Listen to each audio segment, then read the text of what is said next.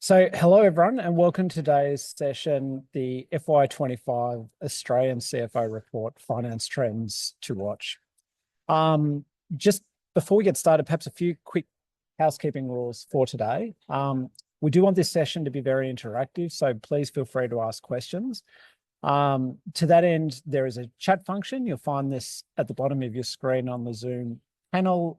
You can use the Q&A function, and as we go through, I'll be sharing your questions with Natalie and Julian at the end. So look, on the agenda today, we're going to kick off with a little bit about us, your hosts, as well as an overview of the report. We're then going to deep dive into the panel discussion with Julie and Natalie. So a little bit about us before we kick off.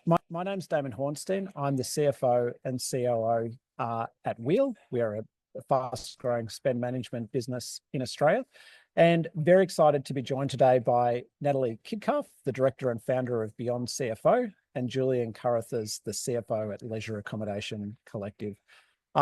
Natalie, perhaps to start with you first, could I get you to give us a little bit of an overview of Beyond CFO and the role you play there? Yeah, sure. Hi, everyone. It's great to have everyone on today's webinar.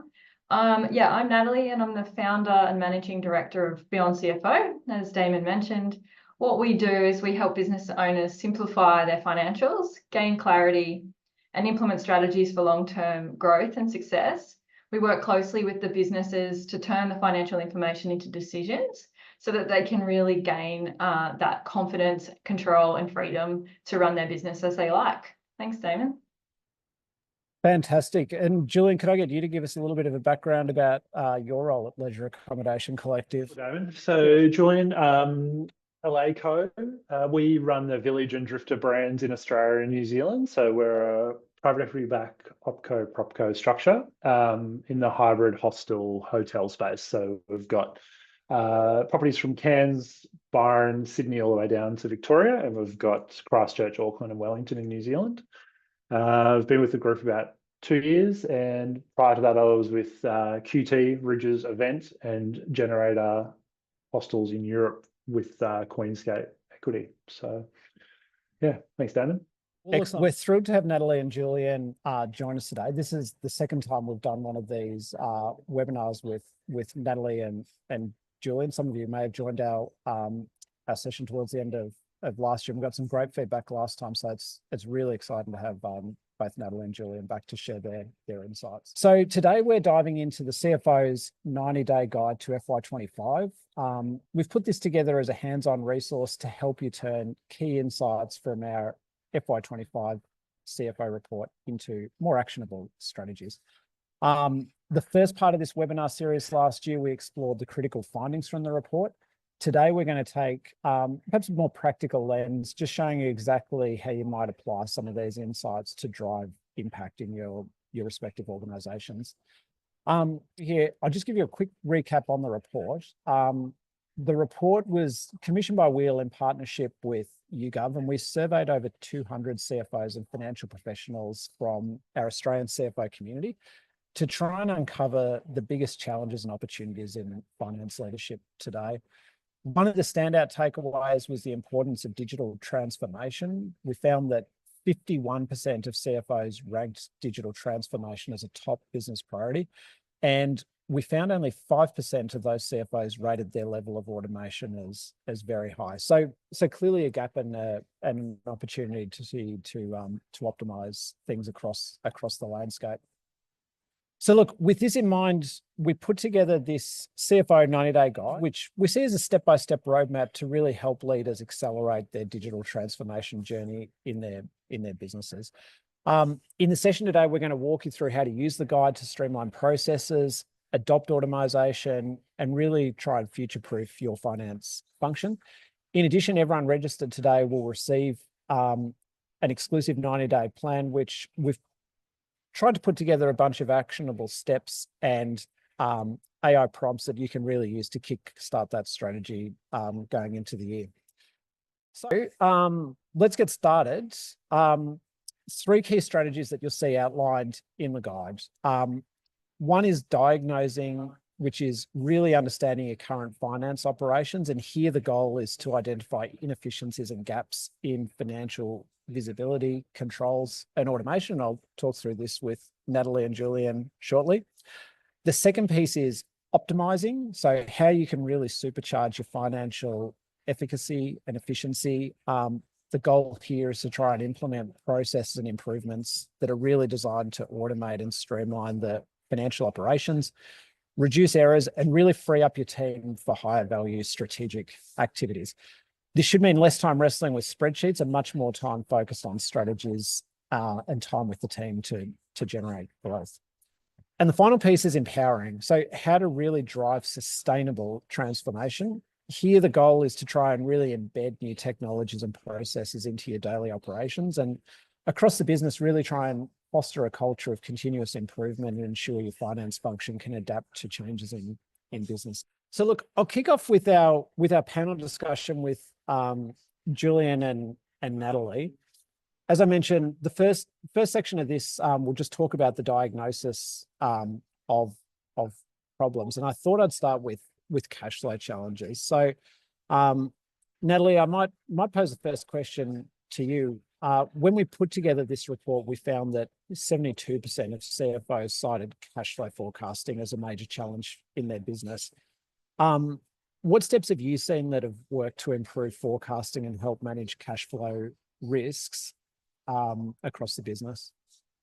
Yeah, well, it's a big picture here is, managing cash flow is about control and foresight. So real-time monitoring keeps the business information stable, as well as proactive planning to fuel that long-term success. So how I usually see it working best is if you leverage that real-time data to create that accuracy with an overlay of the operational cash requirements. So what that means inside and outside of how the business is going to grow and be successful is aligning those two things to be able to anticipate and model or scenario test how the cash flow forecast will be altered or impacted to be able to really consider all things.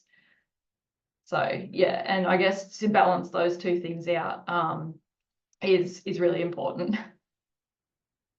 And how do you generally advise finance teams, Natalie, when you're working with business to try and strike that balance between the day-to-day cash flow management and that longer-term financial planning that everyone's striving for? I think first and foremost, and I'm sure Julian can talk to this as well, is understanding how to run your cash flow models. So in regards to timing, particularly, I see a rolling forecast being the best approach to reflect, I guess, what's short term, but also let's keep adding on each quarter or whatever it is and reforecasting as required. So really what that does is it balances out the long-term view with the strategic opportunities that are at play and also any cost changes that we know. But also making sure that you're really discussing these things with the broader team and the management of what's actually happening on the ground. Yep, sounds good. And if we perhaps turn our lens a little bit towards spend visibility, either Natalie or Julian, based on your experiences in your businesses, what do you see as some of the bigger red flags when you're trying to audit a company's spend visibility and really try and stay on top of that cash flow management piece? Yeah, Damon, I might pick that up because we spend a bit of time on that in our business. And like Natalie was discussing, we actually have a 12-month +3 rolling forecast. So we obviously we overlay actuals into our model every month, and then we forecast a future 3 months on the back of 12 rolling. So we have full visibility of our cash flow that way. And then we actually go in and look at our GL data lines in the raw format. So we'll dump all of our expenses for the period that's just been by GL code, and we'll send it out to our managers to review along with their P&L, but we'll also interpret that ourselves. And it's a good way to see where you're bleeding cash out. You can also cancel your credit cards if you're concerned and start fresh. Like, it's always a good start. Like, if you're concerned you've got bleeding, you don't know where it is, just cut everything off, start again. Kind of like when you've got too many Netflix subscriptions, just start fresh. So we take that approach as well. But at the end of the day, you need to give your team the reporting and the tools to be able to interpret those expenses early enough to be reactive to it. So you don't want to get your P&Ls on the 18th of the month or a month late. You want to get them within 3 days, and you want to be able to interpret that data. And our payroll is probably our biggest expense. So we spend time on that every week with all of our departments across our group. So there's just identifying your top 4 expense lines in your P&L and spending time on them, like payroll, commissions, utilities, waste, insurance. They might be your top 5. And just if you spend 90% of your time on those 5 items and you reduce them all, you're gonna win, right? Nice. I love the practical, real world tips. Natalie, any others that come to mind for you from what you've seen across your businesses that you work with? Yeah, so the approach that we've been taking is just get on the front foot. So that cancelling credit cards, but also implementing new ones that have the ability to be managed better, get approvals up front, get that visibility, because one of the historical issues I've seen with credit cards is that you don't see the receipts until weeks later, if not ever. And it makes it really hard to have visibility over where things are actually going. Yep.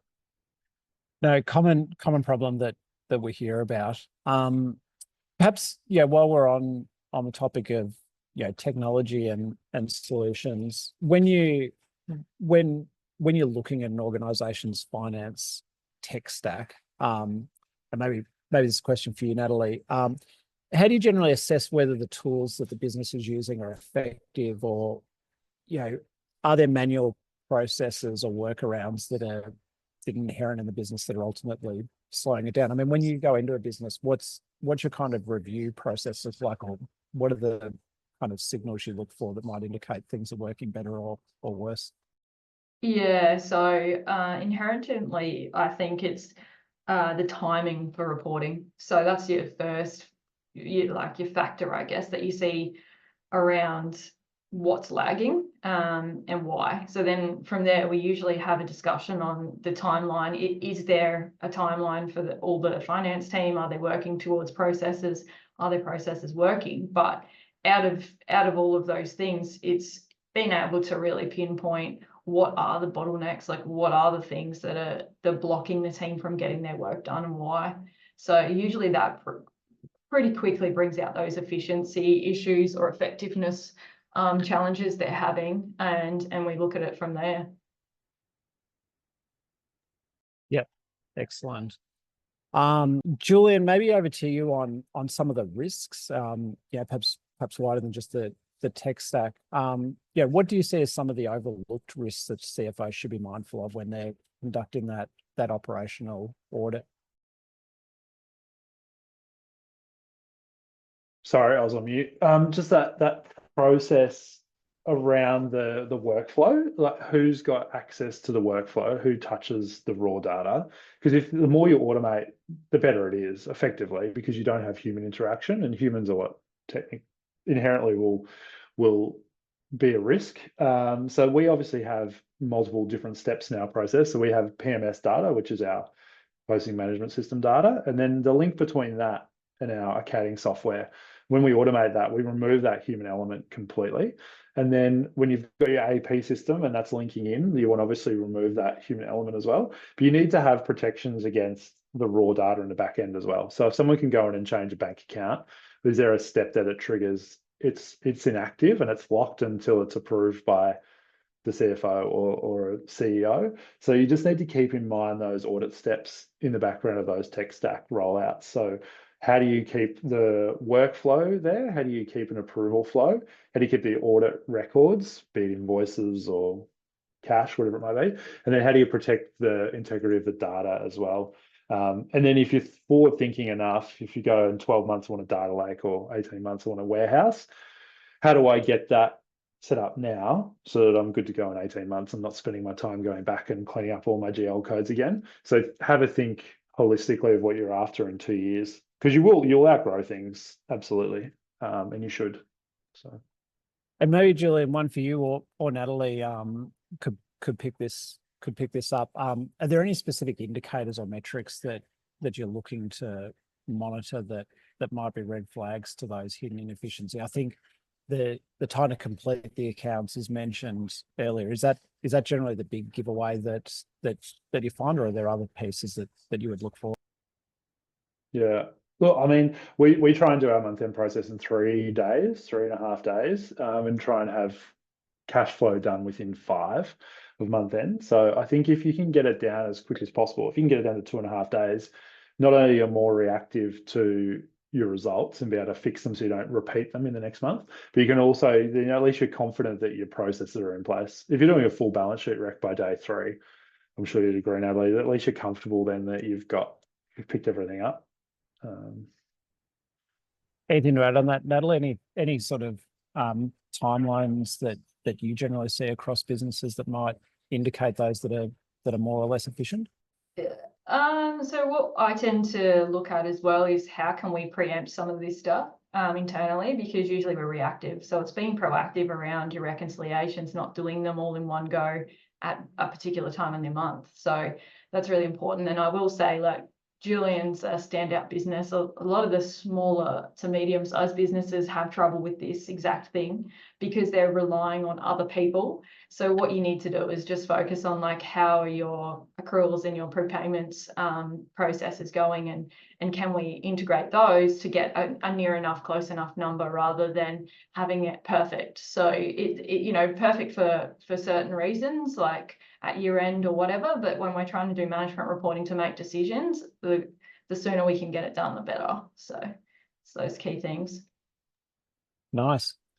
Well, look, we might shift gears a little bit and move into the second phase of that we're looking to talk about today, which is moving from diagnosis to optimization. So what are the solutions that we might put in place to fix some of those limitations or challenges once they're identified?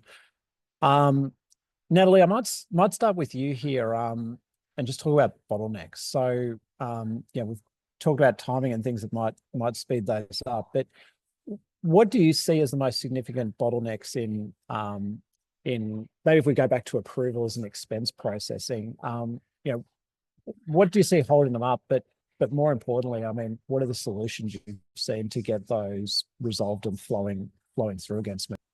Yeah, for sure. The manual and slow approval workflows is probably the biggest thing I see there. And what happens is in history and a lot of processes that currently run this way, it's that we're waiting for somebody in an email chain to do something with it. It's getting stuck there. It's paper-based forms. Somebody's trying to provide an expense claim form with a receipt attached to it to the right person in real time. It's almost not achievable. So we also have multi-layer sign-offs, and usually software can definitely support these changes. So for me, the solution is implementing those automated workflows with clear spending thresholds, being really, really clear on how the process works and what they need to do when. There's multiple different softwares out there, but Will does it really well. It provides upfront approval processes, and everybody's on board with what they're allowed to spend and whether they need a top up and all of the things. So it's streamlining those processes. I've also seen the lack of visibility and control. So a solution for that is also being able to see what's going on live. If people aren't doing their expense claims, you can jump on them immediately, enforcing those spend approvals, but also integrating those tools with the accounting software so that it's done straight away. It's not waiting till month end to manually put in all the data and catch it all up. It's already there. So that's really key. And probably the final one, is just the employees not following the processes or the policies. It's a real common theme. So what we try and do is really take a few steps back and get everyone on board with what they should be doing, educate them why it's important, enforce those virtual card limits and the spend limits, but also just get an understanding. If you're going to go and spend some money, can you just let us know? We just want to know. But this also integrates back into cash flow. If we've got a plan in place and we know that the team is trying to achieve something and they need money to do that for some particular project, then the more we know, the better. So really creating that real-time communication. And Natalie, How many of these things do you find cost money versus things that can be done without spending a lot of money? Because I think sometimes people look at these sort of challenges and come at it with the view that a lot of money needs to be spent to achieve these outcomes. But as some of the things that you're talking about, things that you can put in place without, I guess, a cost associated with it. Maybe it's just a process improvement or a human messaging thing that doesn't have a monetary outlay. Yeah, communication probably doesn't cost anything, to be honest, and it's probably the key there. But also, I would say that a lot of businesses get scared to automate or make change to processes. And one of the things that I do is I tend to walk through a return on investment process, a business case scenario with them, and say, well, if I can save the team from spending 5 hours or 6 hours, whatever it's taking them to run these expense claims every month, well, there's a cost saving as well. And if half of it is spent on software to do it, you're still gaining 50% of their time back to work on the valuable things and close month end sooner. So it's not just about the cost, it's also about what it can deliver to the team. Nice. Well, look, Julian, I might turn to you and just talk a little bit about some of the tech stack and how that automation efficiency might play out. So maybe a broader question for you. When you're looking at the return on investment or the ROI for some sort of finance process automation, how do you approach that challenge? And maybe is there a practical example of where you've deployed something in an automated manner that's ultimately freed up resources and delivered a benefit to the organization? Yeah, look, I mean, absolutely, Damon. We've probably automated. The last 12 months for us was a pretty big shift for automation. So like, all of our AP is automated, all of our credit cards are automated, all of our reporting is now automated. But it was the integrations that sit behind that was probably our biggest challenge, like to get the right dev or to get the right API specialist, to get the right person, because we're hospitality, so I couldn't necessarily share a dev that Natalie probably uses. Like they're all quite unique. So we spend our time finding those right people in the right places, then automate. And then we notice that we spend a lot of our hours, maybe 30, 60 hours a month or every 2 months, producing board reports, board packs, like investment packs, bank packs. So that was a big amount of time for us. And the data has to be there, the detail has to be there. Look, it can blow out, and before you know it, you've got this massive pack every month. But we spent a lot of time on automating the data and the layouts of that so that we could go in and spend 2 hours running the data, interpreting it, checking it, and then we've got our pack as done. So we now have predefined tabs that are in a easy to consume PDF version when it's printed effectively that are our packs now. And there's a lot of raw data that sits behind that. And that's where we identified a lot of our time and spend. So I think I mentioned it last time, we use Medano as a cash flow model, but that's also a board pack presentation model. Like the big guys, PwC, KPMG, CBRE, they all use that software as well. And then we link that in with NetSuite. And they're our kind of 2 pillars that we use. So NetSuite will produce our management accounts, and then Medano produces our 3-way cash flows and our board pack presentations. So we sat down and identified where we spend most of our time. And for a smaller business, you could just sit down with it might be yourself or it might be your staff and say, run me through your day. Like write down what you do every day for a week so I can see. And you might see that they spend 6 hours a day on invoices or something outrageous. So kind of do undercover boss, embed yourself in there and see if you can produce a payroll report and see how long it takes. So yeah. And I would probably share a personal experience on this front. When I joined Real a few years ago, we had the opportunity to build a lot of our finance processes from the ground up because they didn't exist at the time. I think as we've increased sort of the scale and the level of complexity in our operations, we have spent a lot of time at each step trying to work out like what are the data points that are going into our reports and how can we clean up the data or clean up our sources or get systems integrated in order to streamline that. And I think similar to what you're observing, Julian, we found like the upfront time investment to clean the data or to just get the right fields in the right order to use in internal or external reporting can pay huge dividends later on for the business. And yeah, going back to that ROI piece,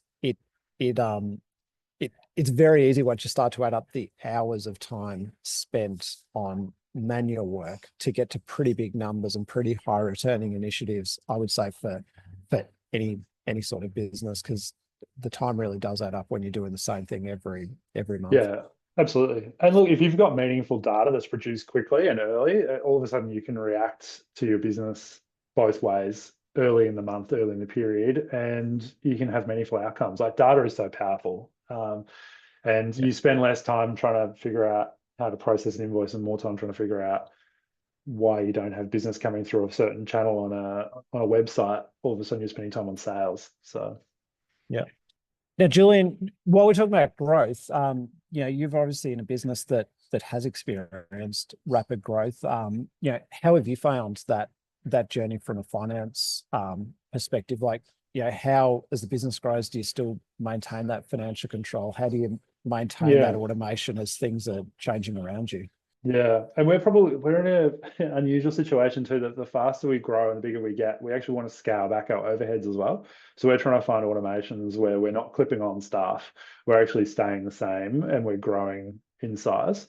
So we want to double again in the next 18 months and we don't want to increase overheads. So how do we do that? So then there's like conversations around, well, do you look at outsourced solutions overseas, or do you automate and then bring those processes, under that umbrella as well? But as we grow, we found that we started running out of fields in systems. Like, we push systems to their limits, and we're doing sizable refurbishment program this year as an example, and we just found that we couldn't actually track our projects the way we wanted to with some of our existing systems. So we spent a solid month on going through that and cleaning it up, and now we've got an automated system that can give us our project costs to budget and our invoicing every month automatically into a WIP account. So they were probably growth pains that we had.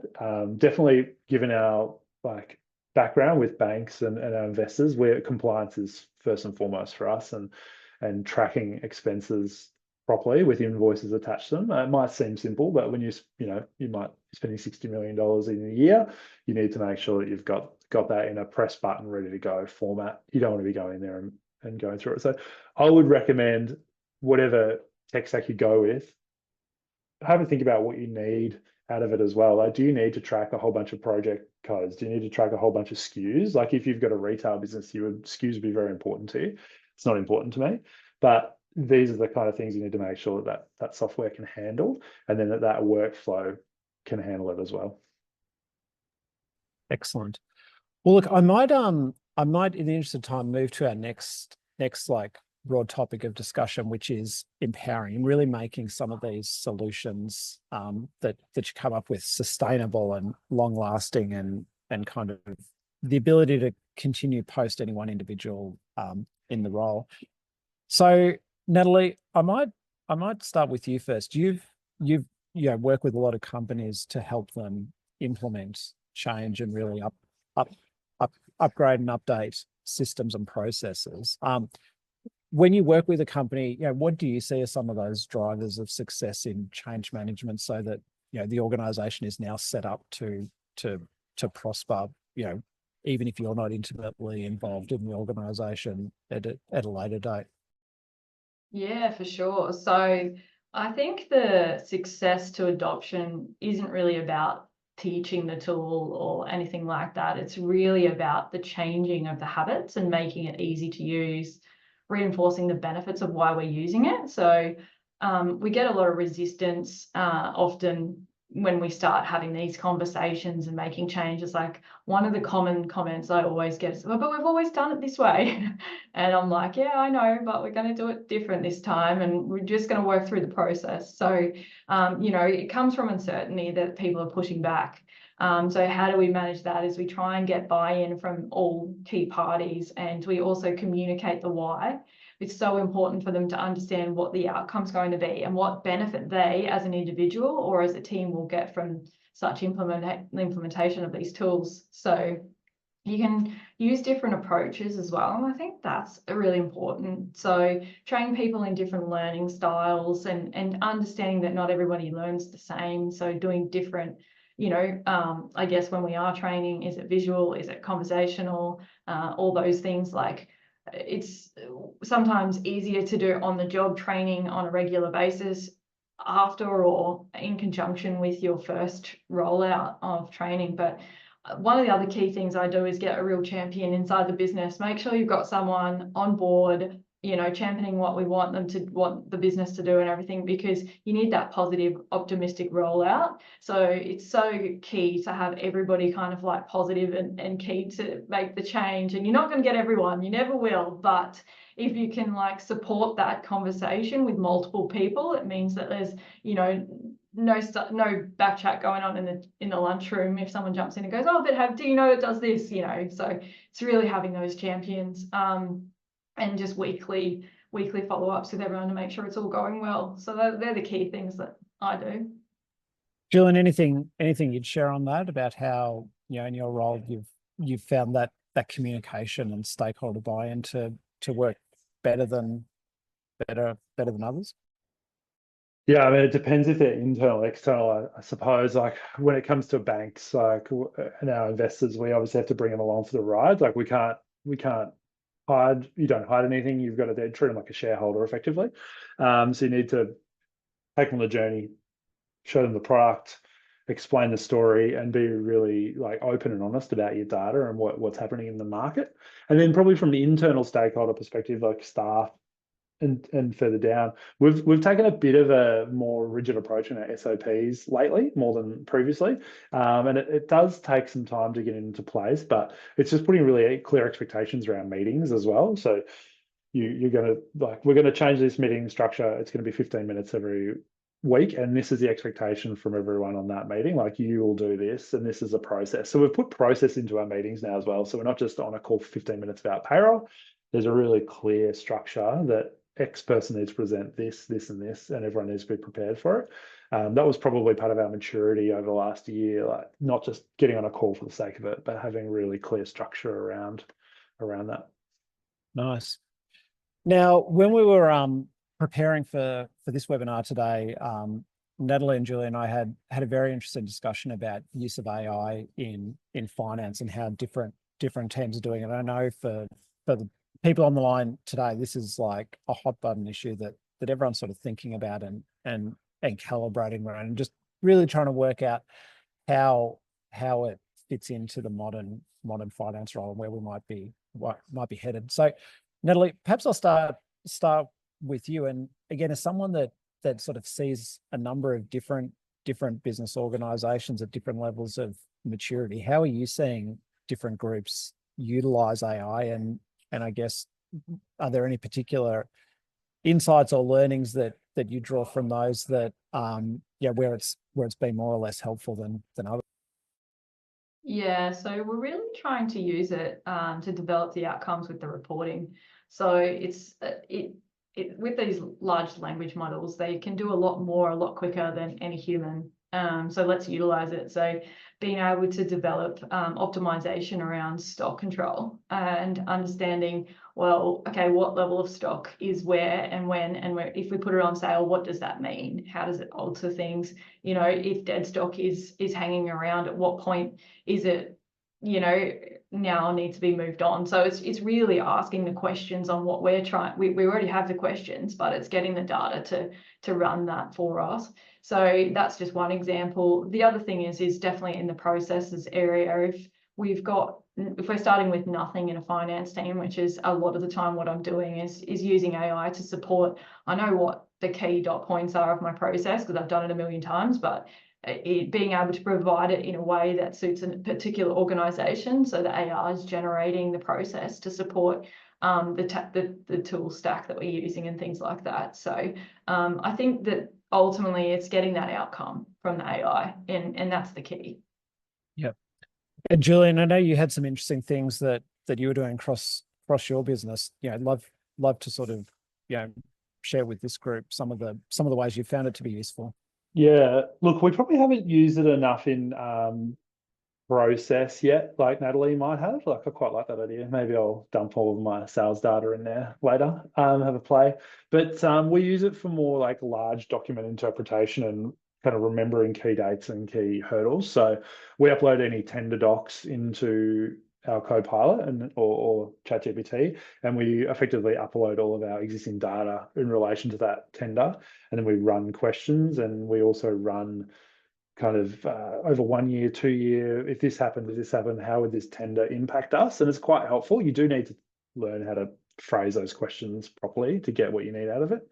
And then the other one, if you've got a gated AI environment, which you should recommend having so that you can't just share your data with other people, upload your SFAs in there. So any of your syndicated facility agreements, like any of your bank loan documents, even your insurance documents, because they can be large, like our SFA is 700 pages. If you upload that in there and it learns it, you can tell it to remind you every day what's coming up. Or you can go in there and say, hey, what's my debt ratio? What's my covenant testing?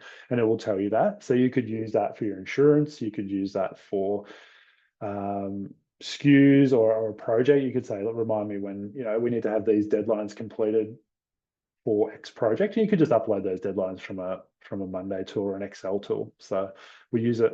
That's kind of more how we're using it at the moment. Yeah. And if I was to share how we're using it at Wheel, I would characterize it as a lot of experimentation going on across the company, both the finance team and I guess the broader business. I think as we experiment, we probably surprise ourselves more and more at how many different use cases we can find for the tool, and sometimes in unexpected places. We definitely do elements of what you described, Natalie, where we're trying to like use it to streamline, update, simplify documentations and processes. So we've got great frameworks we can use for our, I guess, not human-based processes, and similar to what Julian said, where we've got big documents or we're using it for research or to synthesize bigger ideas, we've found it really useful for that. I think on our engineering and development team, we found huge like uplift in productivity by making some of those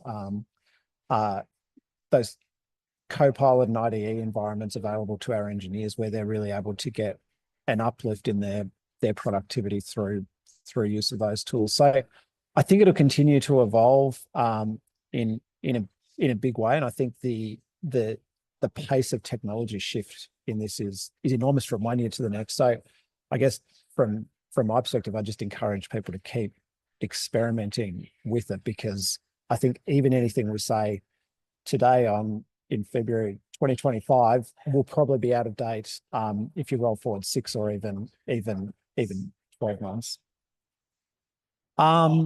So look, I'm conscious it's 11:40 and we've got quite a number of great questions that have come through. So Natalie and Julian, I might shift gears to pick up some of the questions that have come through from the audience. Perhaps just a reminder to everyone that there is a Q&A tool built into Zoom at the bottom of the screen. So I'll use that as our primary place for questions. We'd love to get more questions. So if anything that you've heard throughout the conversation so far has sparked your interest, please share them, and we'll try and pick up and go through as many as time permits.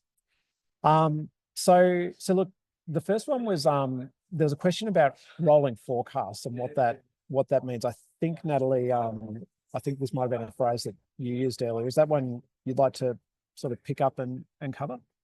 Yeah, I think both Julie and I are talking to this. So how we see a rolling forecast is we have a minimum period that we've got a forecast for, say for example 12 months, and then from there every 3 months we forecast the next 3 months, so it's rolling as you're moving forwards, and that can be it can be whatever time frame you want it to be, so it's rolling in that sense. You always got 12 months at least, if not more. I don't know if you can add to that, Julian. Yeah, look, we do 18 months purely from a covenant test perspective, but I'd always recommend a rolling 12. But if you can do 15, It's pretty good. And yeah, our model, we literally so we retain our budget set in stone. Obviously, that's loaded in NetSuite, and we keep a copy of that. And then we put in our actuals every month, and then we forecast 1+1 on the back of it. And just quickly from a cash flow perspective as well, like if you can see that your cash flow is an issue 12 months out, you can start to tweak it now. Like we knew we were going to have issues through winter because we had 3 properties closed and we had refurb going on. So we've now approached, like we've spoken to the ATO and the IRD in New Zealand, and we've swapped from quarterly to monthly BAS returns, and it's basically freed up $1 million in cash flow for us because we had so much capital outlay in that period. So there's certain things that you can react to if you do that 12 to 18 months out. Nice. Now, Julian, there's a couple of questions. I think you've picked a little bit of interest from the audience around your cash flow forecasting and the software. So, yeah, can I maybe just get you to talk for a moment? I think you mentioned Medano is the package you use. Perhaps anything you'd like to share with the audience on that package and how you found it? Yeah, look, Medano's, we needed a 3-way cash flow, and we're private equity, so it's probably a little bit more, robust than what some smaller SMEs would need, but it's got out of the box options. It integrates into all the majors like Mob, Xero. I use it with NetSuite. So if you're using Xero or Mob, it's just as easy to plug into, and they will set it up with you as well. We obviously customized ours a little bit, so it probably cost us, to be fair, $20,000 to build the model, but you can take it straight off the shelf from them and just plug it in, and it'll give you a 3-way cash flow, and you just map your balance sheet to it and your P&L to it. So it's really user friendly, and the ongoing cost per year to us is $6,000. So like, it might sound like a lot to some people, but it'll depend on the size of your business as well. I think if you only have 1 or 2 entities, it'll only be like $300 or $400. So we have 30 entities, so like puts it in comparison for you. Yeah, I highly recommend, and easy to maintain.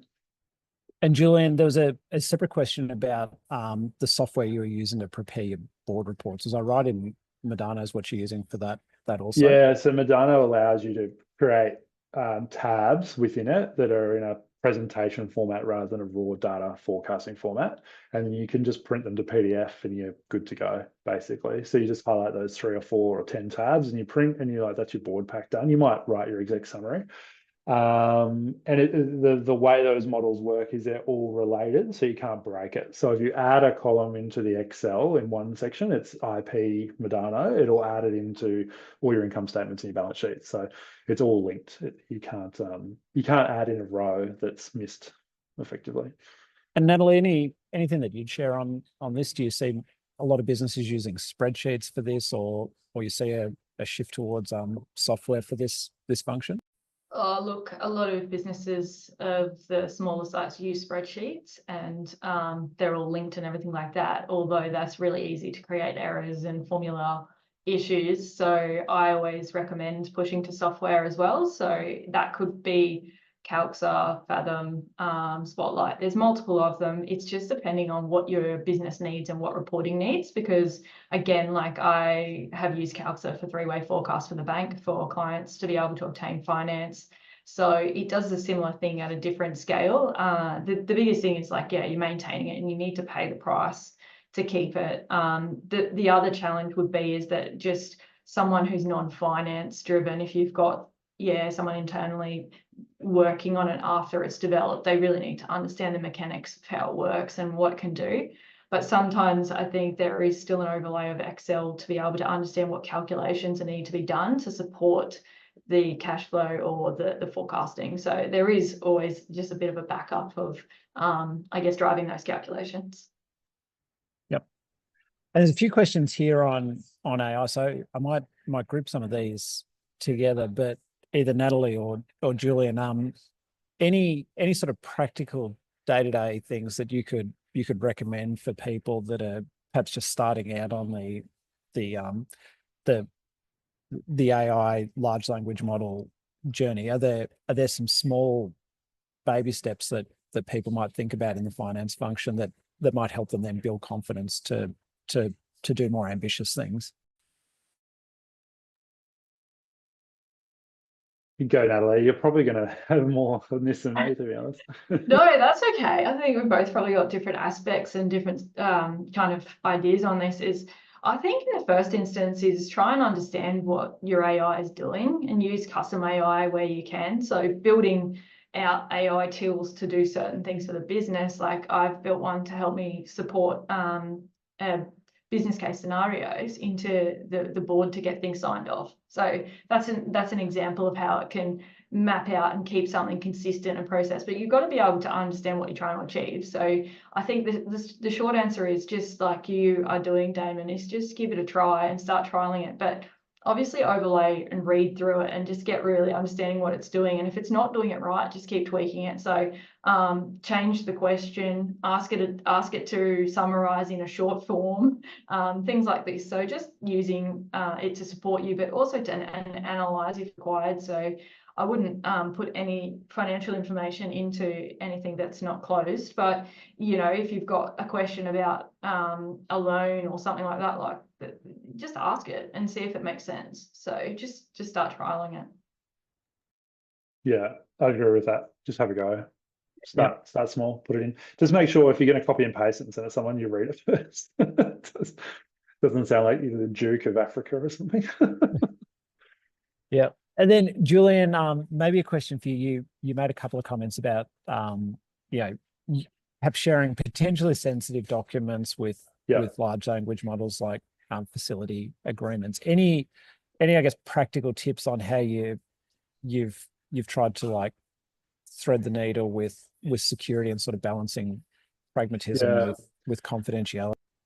Look, there's some information in the public domain around ChatGPT with data controls. Like you can limit the chat history and the training options, like that they do that as well. And obviously Copilot, you can limit it based on your SharePoint as well.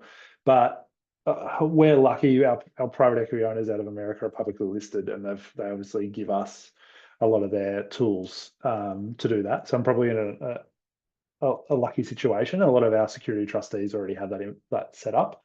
So look, to be honest, I couldn't get into the more nuances to it because we've got teams that have done that for us. But I do know that with ChatGPT, you need to like limit your chat history and your training options. And with Copilot, you need to limit your SharePoint kind of rules around SharePoint as well. Yep. And maybe just Natalie and Julian, for both of you, is it ChatGPT that you're primarily using, like the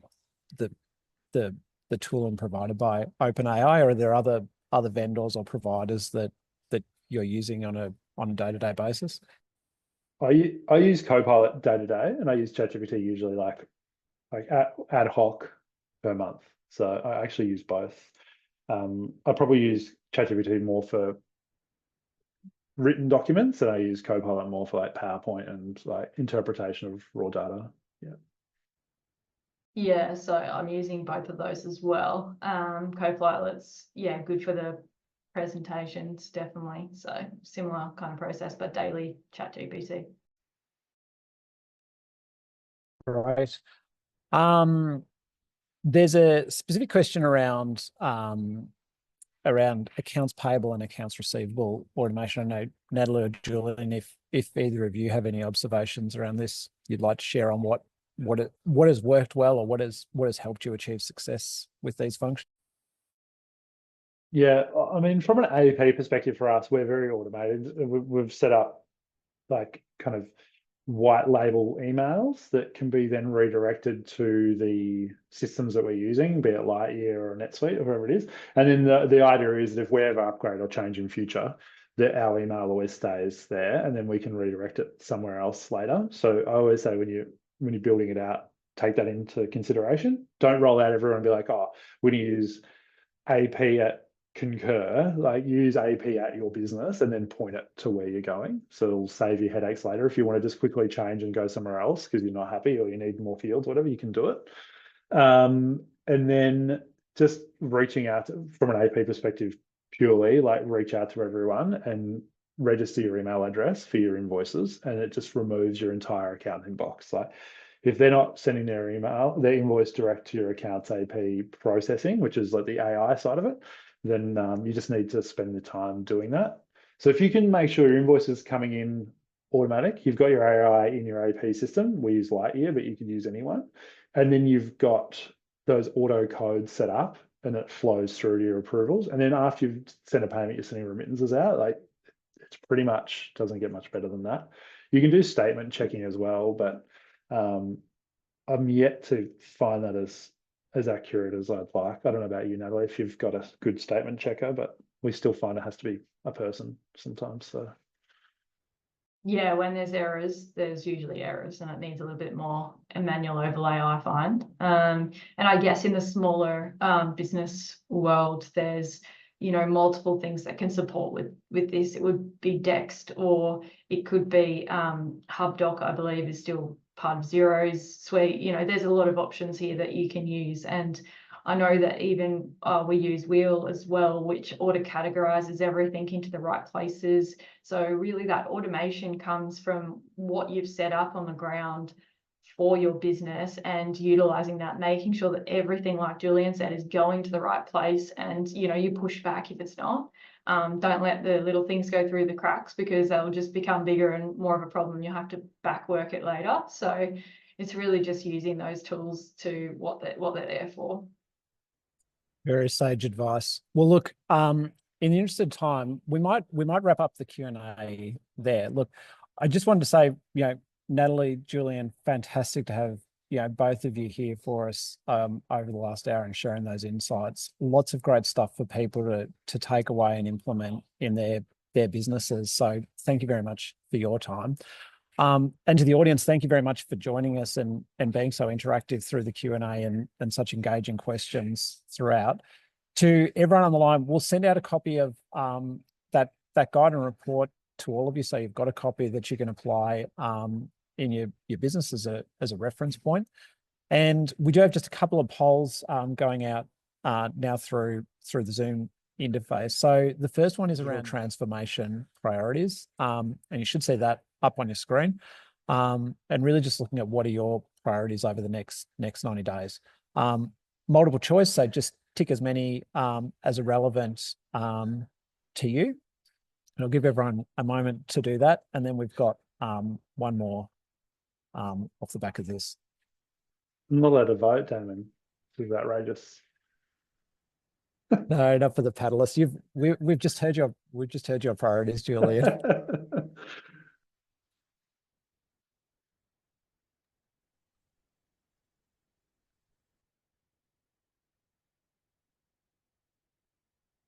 Okay, so we might now move on to the next one. Finally, we'd love to hear if anyone, we've talked very briefly in passing through this about Wheel and what we do in spend management. You might have heard a couple of references throughout the call from Natalie and Julian, but if anyone would find Wheel helpful in supporting them in their journey, please just let us know through this this option. We'd be happy to share it with you. If you're not interested, obviously you can just leave that one blank.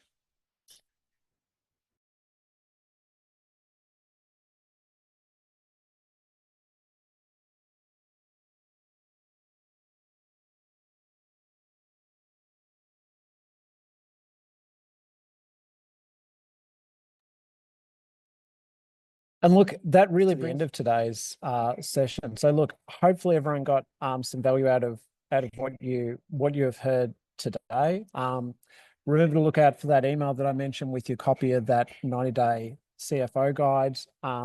We will definitely go through the feedback from that first question in particular on priorities, and kind of as we set up this session off the back of the session last year, we'll try and pick the most interesting topics and put on another one of these webinars soon, so that we can sort of continue bringing great content, great speakers, great ideas to help everyone in their CFO and finance journey. So Natalie, Julian, thank you again for your time. Thank you to everyone in the audience, and we'll wrap it up there. Thanks, everyone. Thanks, Appreciate it, Damon. everyone.